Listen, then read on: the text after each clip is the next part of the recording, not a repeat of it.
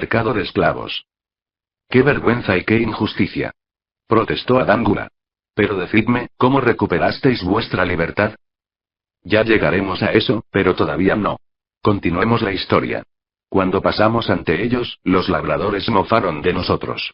Uno de ellos se quitó el sombrero y nos saludó inclinándose. Bienvenidos a Babilonia, gritó, invitados del rey.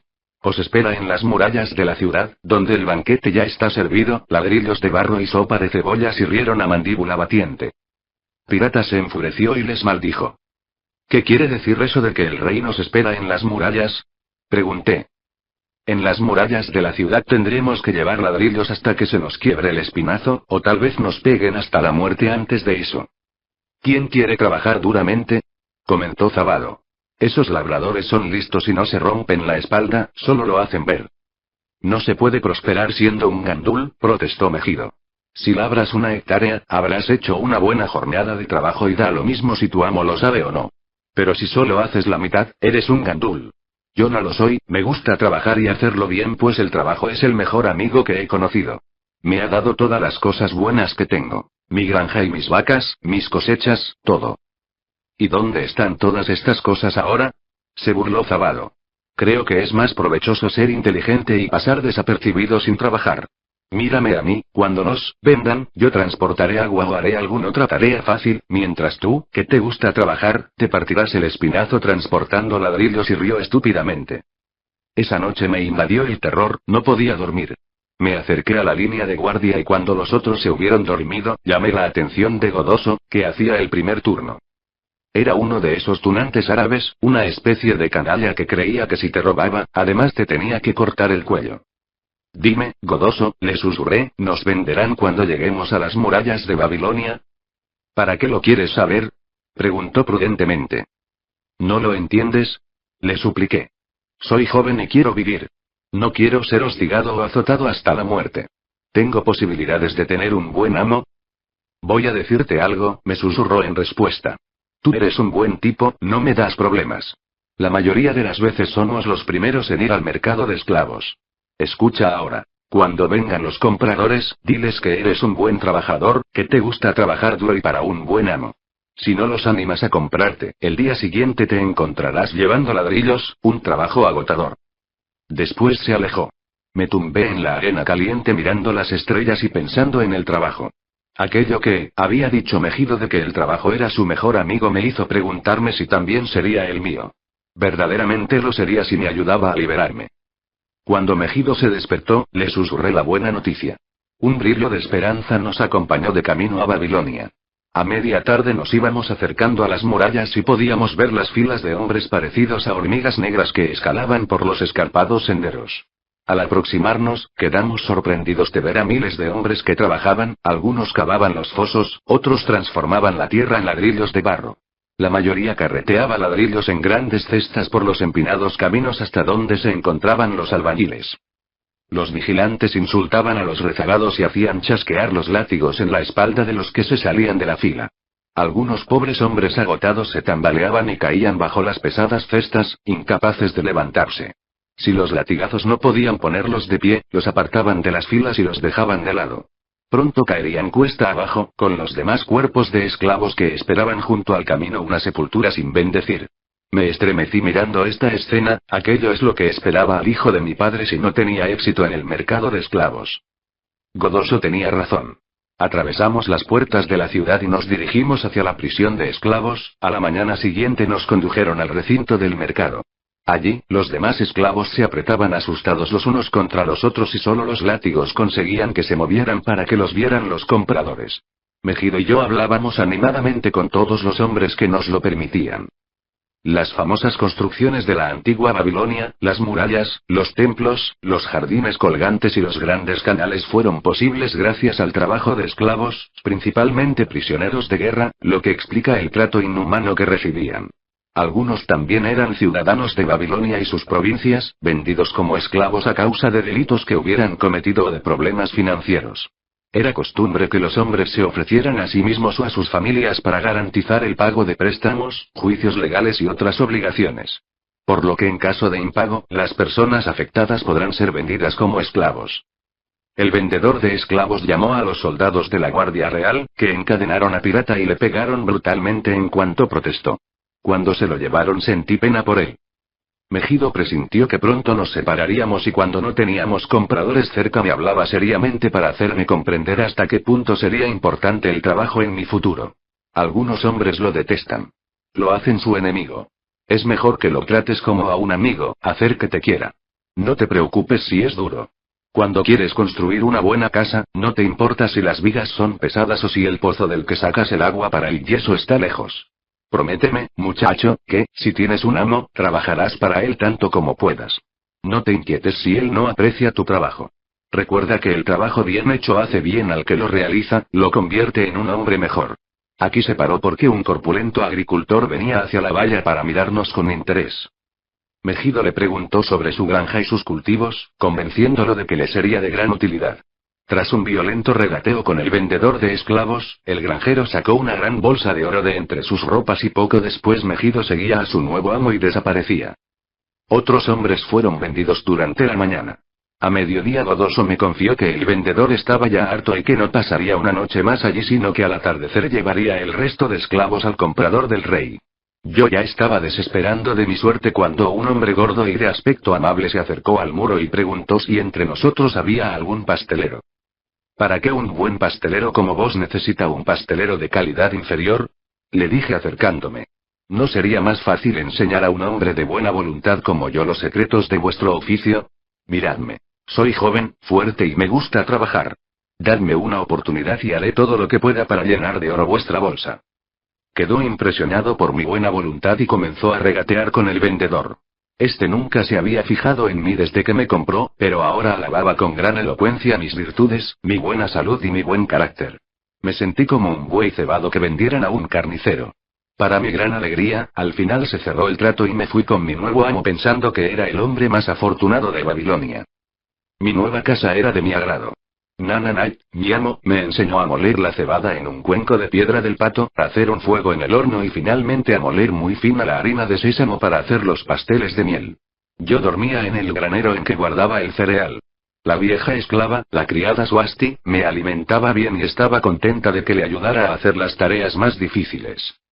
Esa era la oportunidad de ser útil a mi amo que había deseado ardientemente y en ella esperaba encontrar una vía para ganar mi libertad. Pedí a Nananay que me enseñara a amasar y cocer el pan, y lo hizo, contento por mi buena voluntad. Más tarde, cuando ya dominaba estas técnicas le pedí que me mostrara cómo hacer los pasteles de miel y pronto hice toda la pastelería. Mi amo estaba contento de poder no hacer nada pero Swasti sacudía la cabeza en signo de desaprobación. No es bueno para ningún hombre estar sin trabajar, declaraba. Pensé que era el momento de empezar a pensar en una manera de ganar las monedas para comprar mi libertad. Como acababa mi trabajo a mediodía, pensé que Nananay estaría de acuerdo en que buscara un empleo provechoso para las tardes, trabajo del que podríamos compartir los beneficios. Después tuve una idea. ¿Por qué no hacer más pasteles de miel y venderlos a los hombres hambrientos en las calles de la ciudad? Presenté mi plan a Nananay de la siguiente manera. Si una vez haya terminado la pastelería, puedo disponer de mis tardes para haceros ganar más dinero a vos, ¿no sería justo que compartierais parte de las ganancias conmigo? Así tendré un dinero propio para poder comprar las cosas que todo hombre desea y necesita. Es bastante justo, admitió. Cuando le presenté mi plan para vender pasteles de miel, estuvo muy contento. Mira qué haremos, sugirió. Los venderás a 1 céntimo el par. Me devolverás la mitad de lo que ganes para pagar la harina, la miel y la leña necesaria para cocerlos. Yo me quedaré con la mitad del resto y la otra mitad será para ti. Estaba bien contento de aquella generosa oferta que consistía en darme la 1/4 parte de mis ventas. Aquella noche trabajé hasta tarde para fabricar una bandeja sobre la que colocar los pasteles. Nananay me dio uno de sus vestidos usados para que tuviera un aspecto decente y Swasti me ayudó a petacharlo y lavarlo. El día siguiente hice una cantidad de más de pasteles de miel. Comencé a anunciar mi mercancía paseándome por la calle, los pasteles tenían aspecto de estar bien cocidos y ser apetitosos. A un principio nadie parecía interesado y me desanimé, pero continué y cuando más tarde los hombres tuvieron hambre, empezaron a comprar y muy pronto la bandeja estaba vacía. Nananay estaba muy contento de mi éxito y me pagó mi parte gustoso. Yo estaba encantado de tener algún dinero. Mejido tenía razón cuando decía que el amo aprecia los trabajos de un buen esclavo. Aquella noche estaba tan excitado por mi éxito que apenas pude dormir e intenté calcular cuánto podía ganar en un año y cuántos años necesitaría para comprar mi libertad. Pronto encontré clientes regulares paseándome con la bandeja de pasteles. Uno de ellos no era otro que tu abuelo, Arágula. Era vendedor de alfombras y las vendía a las amas de casa. Iba de un extremo a otro de la ciudad acompañado de un burro cargado de alfombras y de un esclavo negro que lo cuidaba. Compraba 2 pasteles para él y 2 para su esclavo, siempre se entretenía a hablar conmigo mientras los comían. Tu abuelo me dijo una cosa que recordaré siempre. Me gustan tus pasteles, muchacho, pero me gusta aún más el ardor con que los vendes. Un espíritu así te puede llevar muy lejos en el camino del éxito. ¿Puedes comprender, Adángula, lo que esas palabras de aliento significaron para un joven esclavo, solo en una gran ciudad, que luchaba contra sí mismo para encontrar una puerta de salida a su humillación? A medida que los meses pasaban, iba engrosando mi bolsa, que empezaba a tener un peso reconfortante colgada de mi cinturón. El trabajo se había convertido en mi mejor amigo, como había predicho Mejido. Yo estaba feliz pero Swastis mostraba intranquila. Temo por tu amo, pasa demasiado tiempo en las casas de juego, protestaba. Un día me invadió la felicidad al encontrar a mi amigo Mejido en la calle. Llevaba 3 asnos cargados de verduras al mercado. Estoy muy bien, dijo, mi amo aprecia mi trabajo y ya soy capataz. Mira, me confía los productos que vende en el mercado e incluso ha reclamado a mi familia. El trabajo me ayuda a recuperarme de mi gran desgracia y algún día me ayudará también a comprar mi libertad y a volver a tener una granja. Pasó el tiempo y cada día Nana Knight tenía más prisas por verme llegar después de mi venta. Esperaba mi vuelta, contaba impaciente el dinero y lo dividía. Me presionaba para que buscara nuevos clientes y aumentara mis ventas. A menudo iba más allá de las puertas de la ciudad para buscar a los vigilantes de los esclavos que construían las murallas de la ciudad. Detestaba ver aquellas escenas desagradables pero encontraba que los vigilantes eran compradores generosos. Un día vi sorprendido a Zabado que esperaba en fila para llenar de ladrillos su cesto. Estaba flaco y encorvado y su espalda estaba llena de cicatrices y llagas producidas por los látigos de los vigilantes. Me dio pena y le di un pastel que aplastó contra su boca como un animal famélico. Viendo el ansia que se reflejaba en su mirada, corrí antes de que pudiera atrapar mi bandeja. ¿Por qué trabajas tan duramente? Me preguntó un día Arágula, casi la misma pregunta que tú me has hecho hoy, ¿te acuerdas? Le dije lo que me había contado Mejido sobre el trabajo y cómo había resultado ser mi mejor amigo. Le enseñé con orgullo mi bolsa de monedas y le dije que ahorraba para comprar mi libertad. ¿Qué harás cuando seas libre? Preguntó. Tengo la intención de hacerme mercader, respondí. Entonces me confió algo que nunca había sospechado. Tú no sabes que yo también soy esclavo, soy socio de mi amo. Calla, ordenó Adángula, no escucharé mentiras difamatorias sobre mi abuelo. No era ningún esclavo. Sus ojos brillaban de cólera. Sharrunada permaneció en calma. Lo honro por haberse elevado desde su desgracia y haberse convertido en un gran ciudadano de Damasco. ¿Y tú, su nieto, estás hecho de la misma manera? ¿Eres tan hombre como para hacer frente a la realidad o prefieres vivir con falsas ilusiones? Adángula se irguió en la silla, y respondió con la voz ahogada por una profunda emoción. Todo el mundo amaba a mi abuelo, sus buenas acciones fueron incontables. ¿No fue él quien, cuando llegó el hambre, compró grano en Egipto y lo transportó en su caravana para distribuirlo entre la gente y que así no murieran de hambre? ¿Por qué decís que no era más que un despreciable esclavo de Babilonia? Si siempre hubiera sido un esclavo, tal vez habría sido despreciable, pero cuando, gracias a su esfuerzo se convirtió en un gran hombre en Damasco, seguro que los dioses le perdonaron sus desgracias y lo honraron con su respeto, respondió Sharrunada. Tras decirme que era un esclavo me dijo hasta qué punto ansiaba recobrar su libertad. Ahora que poseía suficiente dinero para comprarla, estaba preocupado por lo que haría en el futuro. Ya no hacía buenas ventas como antes y temía el momento en que careciera del apoyo de su amo. Me indigné por su indecisión. No te ates más a tu amo. Encuentra de nuevo la sensación de ser un hombre libre, actúa como tal y triunfa como tal. Decide qué es lo que quieres conseguir y el trabajo te ayudará a conseguirlo. Continuó su camino diciéndome que estaba contento de que lo hubiera hecho avergonzarse por su cobardía. Un día fui fuera de las murallas y me extrañó ver allí un gran gentío. Cuando pregunté a un hombre qué pasaba me respondió, ¿no lo has oído? Han llevado ante la justicia a un esclavo fugitivo que había matado a un guardián y lo flagelarán hasta la muerte. Incluso el rey en persona estará presente. El gentío era tan numeroso cerca del poste de flagelación que temía acercarme más por miedo a que volcaran mi bandeja de pasteles de miel. Entonces subí a la muralla inacabada para mirar por encima de las cabezas. Tuve la suerte de ver a Nabucodonosor en persona que avanzaba en su carro dorado. Jamás había visto una magnificencia tal, ropas semejantes, paños de tejido dorado guarnecidos de terciopelo como aquellos. No pude ver la flagelación, pero pude oír los gritos desgarradores del pobre esclavo. Me pregunté cómo alguien tan noble como nuestro noble rey podía aceptar ver un sufrimiento tal. Pero cuando vi que reía y bromeaba con sus nobles, supe que era cruel y entendí por qué imponían a los esclavos que construían las murallas aquellas inhumanas tareas. Una vez muerto el esclavo, colgaron su cuerpo de una pierna en el poste para que todo el mundo pudiera verlo. Cuando la muchedumbre se comenzó a dispersar, me acerqué a él, sobre su pecho reconocí el tatuaje de las dos serpientes abrazadas. Era pirata. Las costumbres de los esclavos de la antigua Babilonia, aunque nos parezcan contradictorias, estaban severamente por la ley. Un esclavo, por ejemplo, podía poseer bienes de todo tipo, incluso otros esclavos sobre los que su amo no tenía ninguna potestad. Los esclavos se casaban libremente con no esclavos. Los hijos de mujeres libres eran libres. La mayoría de los comerciantes de la ciudad eran esclavos. Muchos de estos tenían negocios con sus amos y eran ricos. Cuando volví a ver a Arágula, era ya otro hombre. Me recibió lleno de entusiasmo. Mira al esclavo libre. Tus palabras fueron mágicas. Ya mis ventas y beneficios aumentan, mi mujer está encantada. Ella era una mujer libre, la sobrina de mi amo, y desea ardientemente que nos mudemos a un pueblo donde nadie sepa que yo he sido esclavo. De esta manera nuestros hijos estarán a salvo de todo reproche sobre la desgracia de su padre.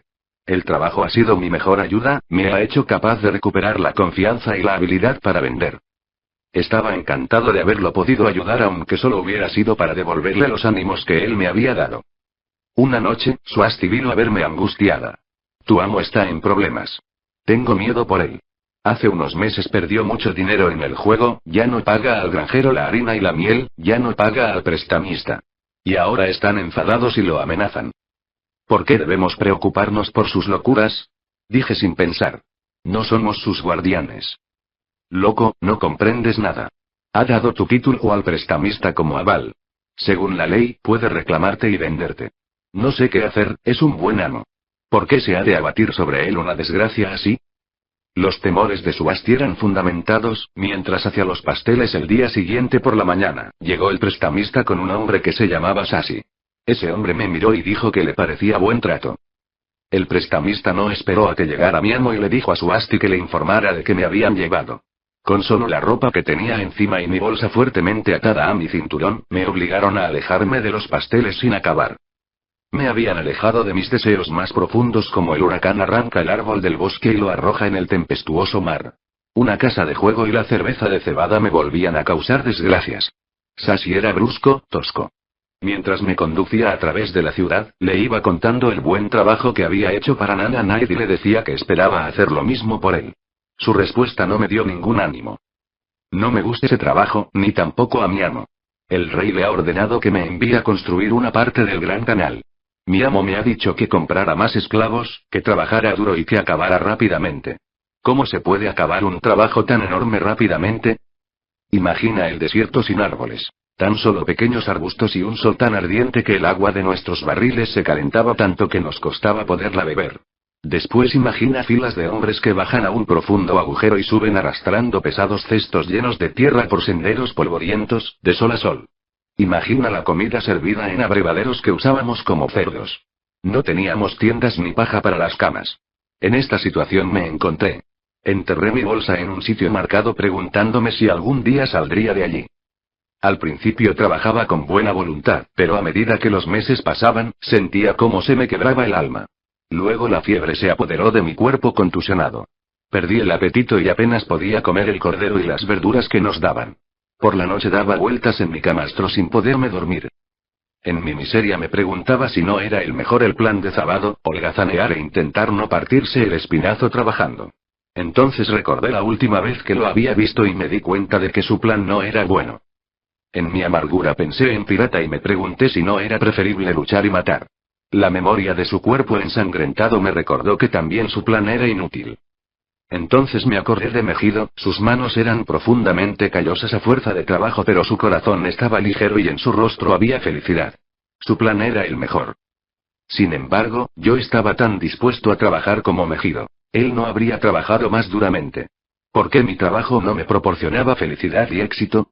¿Era el trabajo lo que había dado la felicidad y el éxito a Megido? ¿O estos eran bienes en manos de los dioses? ¿Trabajaría el resto de mi vida sin satisfacer mis deseos, sin éxito ni felicidad? Todas estas preguntas se agolpaban sin respuesta en mi mente. Estaba dolorosamente confuso. Varios días más tarde, cuando ya me creía al límite de mis fuerzas y mis preguntas continuaban sin respuesta, Sashi me hizo buscar. Mi amo había hecho venir a un mensajero para llevarme a Babilonia. Cavé para recuperar mi precioso saquito, lo escondí entre mis harapos y partí. Al marchar, aquellos mismos pensamientos siguieron pasando raudos por mi cerebro febril, como un huracán dando vueltas a mi alrededor. Me pareció vivir la extraña letra de una canción de Arun, mi ciudad natal. Mira al hombre que como un torbellino se comporta como la tormenta. Que en su carrera nadie puede seguir. Y su destino nadie puede predecir. Era mi destino ser castigado por no sabía qué. ¿Qué miserias y decepciones me esperaban? Imagina mi sorpresa cuando, al llegar al patio de la casa de mi amo, vi a Aradgula que me esperaba. Me ayudó a entrar y me abrazó como a un hermano perdido hace tiempo. Por el camino le habría seguido como un esclavo sigue a su amo, pero no me lo permitió. Pasó su brazo por mis hombros y me dijo, te busqué por todas partes. Cuando ya no tenía esperanzas, encontré a Swasti, quien me contó la historia del prestamista que me condujo hasta tu noble amo. Él ha negociado con dureza y me ha hecho pagar un precio desorbitado, pero tú lo vales. Tu filosofía y tu audacia han inspirado mi éxito actual. La filosofía de Megido, no la mía, interrumpí la de Megido y la tuya. Gracias a los dos, ahora vamos a Damasco, donde te necesito como socio. Mira, exclamó, dentro de un momento serás un hombre libre. Diciendo esto sacó del interior de su ropa una tablilla de barro que era mi título. La levantó por encima de su cabeza y la tiró con fuerza contra el pavimento de piedra para romperla en 1000 pedazos. Pisó con alegría los añicos hasta que quedaron reducidos a polvo. Mis ojos se llenaron de lágrimas de agradecimiento. Sabía que era el hombre más afortunado de Babilonia. ¿Ves? El momento de mayor angustia, el trabajo resultó ser mi mejor amigo. Mi buena voluntad de trabajar me permitió no tener que ir con los esclavos que construían las murallas. E impresionó a tu abuelo hasta el punto de que me quisiera hacer su socio. Entonces, ¿el trabajo era la clave secreta de los shekeles de oro de mi abuelo? Preguntó Adángula.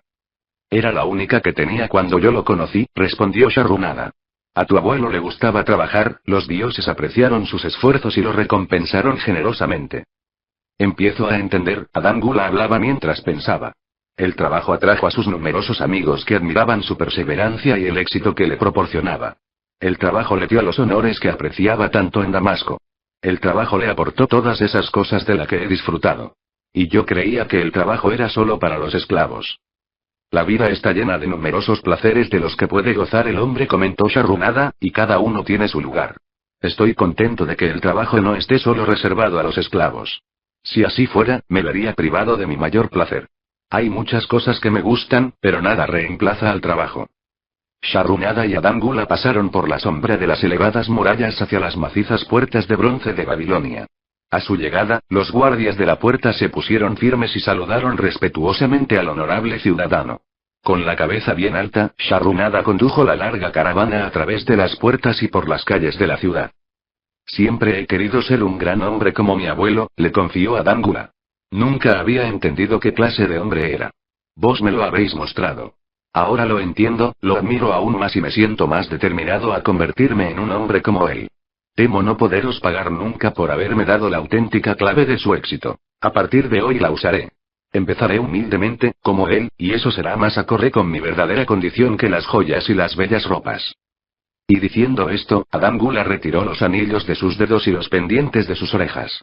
Aflojó las riendas de su caballo, retrocedió unos pasos y se colocó tras el jefe de la caravana con un profundo respeto. Capítulo 11. Un resumen histórico de Babilonia. No ha habido en el curso de la historia una ciudad más atractiva que Babilonia. Su nombre evoca visiones de riqueza y esplendor y sus tesoros de oro y joyas eran fabulosos.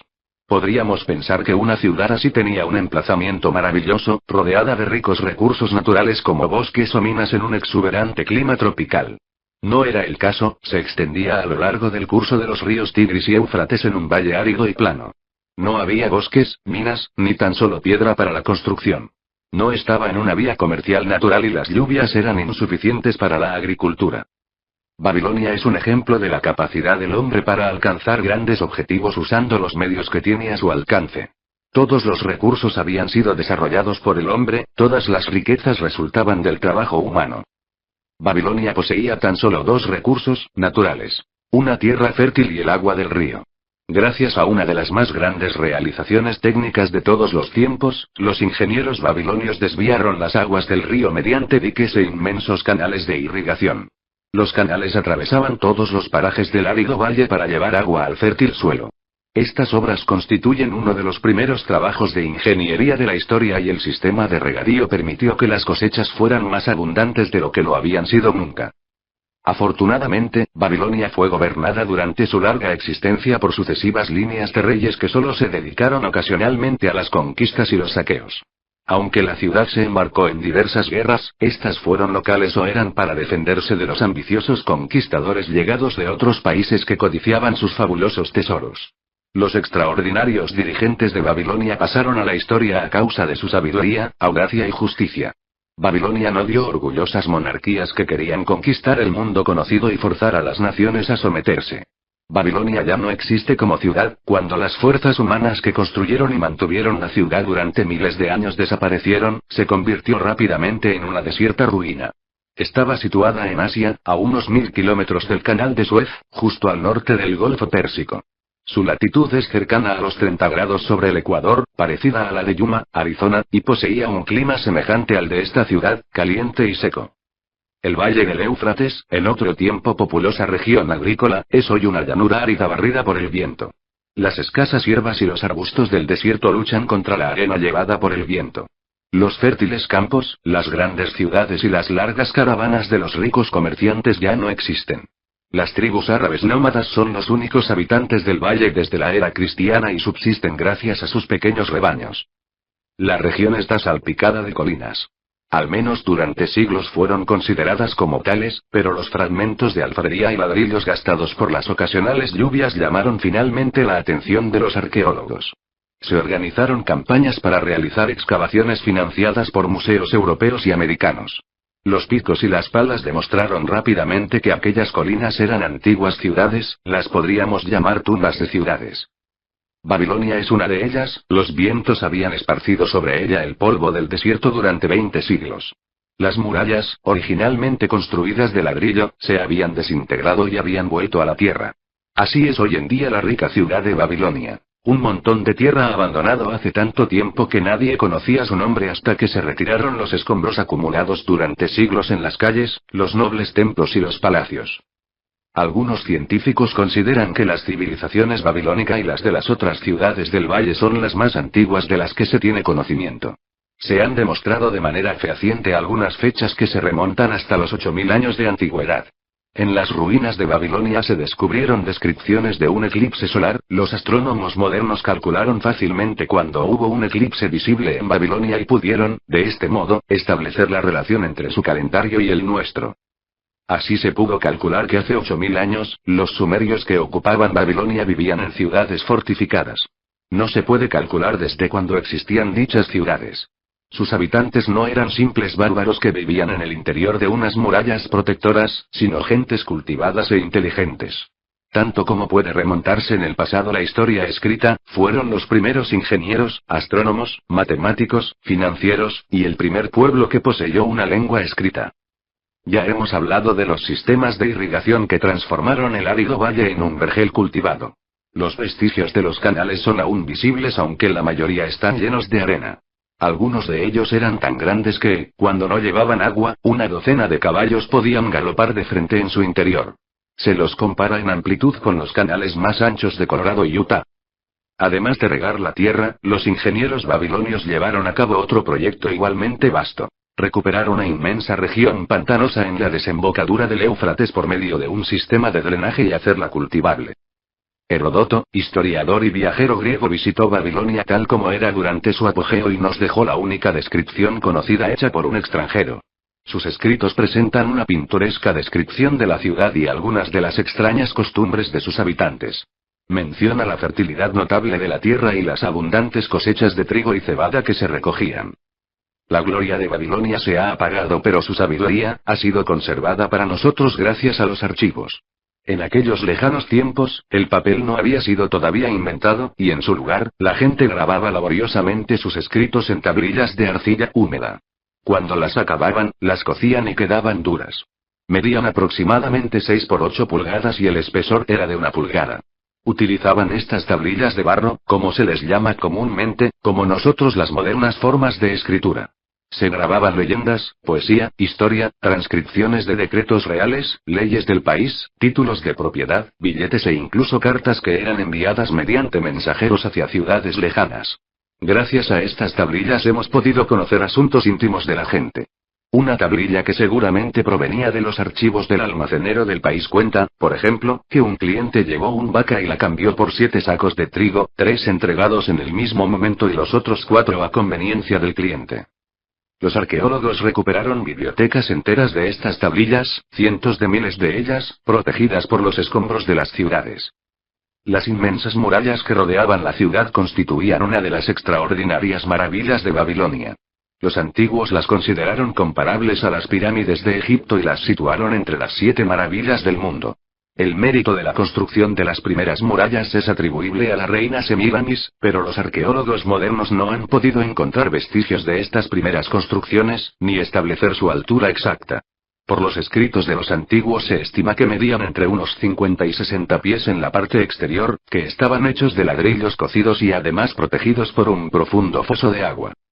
Las murallas más recientes y célebres fueron construidas unos 600 años antes de Cristo por el rey Nabopolassar, quien proyectó una construcción tan colosal que no pudo vivir para ver el final de las obras. Fue su hijo Nabucodonosor, cuyo nombre aparece en la Biblia, quien las terminó. La altura y la longitud de estas murallas más recientes nos dejan atónitos. Una autoridad digna de confianza informó que debieron de tener alrededor de 52 metros, es decir, la altura de un edificio moderno de 15 plantas. Se estima que la longitud total era de entre 15 y 17 kilómetros y la anchura era tal, que en su parte superior podía correr un carro tirado por 6 caballos. No queda prácticamente nada de esta formidable estructura excepto una parte de los cimientos y el foso. Además de los destrozos de la naturaleza, los árabes se llevaron los ladrillos para construir en otras partes. Uno tras otro, los ejércitos victoriosos de casi todos los conquistadores de ese período de guerras invasoras se enfrentaron contra las murallas de Babilonia. Una multitud de reyes asedió Babilonia, pero todo fue en vano. Los ejércitos invasores de aquel tiempo no eran despreciables y los historiadores hablan de fuerzas de 10.000 caballeros, 25.000 carros y de 1.200 regimientos de infantes de 1.000 hombres cada uno. A menudo necesitaban 2 o 3 años de preparación para reunir el material de guerra y los depósitos de vituallas a lo largo de la línea de marcha propuesta. La ciudad de Babilonia estaba organizada casi como una ciudad moderna. Había calles y tiendas, vendedores ambulantes que ofrecían sus mercancías en los barrios residenciales, sacerdotes que oficiaban en templos magníficos. Un muro aislaba los palacios reales en el interior de la ciudad. Dicen que esas murallas eran más altas que las de la ciudad. Los babilonios eran artesanos hábiles que trabajaban en la escultura, la pintura, el tejido, el oro y fabricaban armas de metal y maquinaria agrícola. Los joyeros creaban piezas de gusto exquisito y algunas muestras que han sido recuperadas de las tumbas de ricos ciudadanos se exponen en museos de todo el mundo. En una época muy lejana, cuando el resto del mundo cortaba árboles con hachas de piedra o cazaba y luchaba con lanzas y flechas con punta de piedra, los babilonios ya usaban hachas, lanzas y flechas de metal. Eran financieros y comerciantes inteligentes. Por lo que sabemos, fueron los inventores del dinero como moneda de cambio, de los billetes y de los títulos de propiedad escritos. Babilonia no fue conquistada por sus enemigos hasta cerca de 540 años antes de Cristo. Pero tampoco entonces fueron tomadas las murallas. La historia de la caída de Babilonia es de lo más extraordinario. Ciro, uno de los grandes conquistadores de la época, proyectaba atacar la ciudad y tomar las murallas intomables. Los consejeros de Nabonidus, rey de Babilonia, le persuadieron para que fuera ante Ciro y librara batalla sin esperar a que la ciudad estuviera asediada. El ejército babilonio, tras consecutivas derrotas, se alejó de la ciudad. Ciro entró por las puertas abiertas de la ciudad, que no opuso resistencia.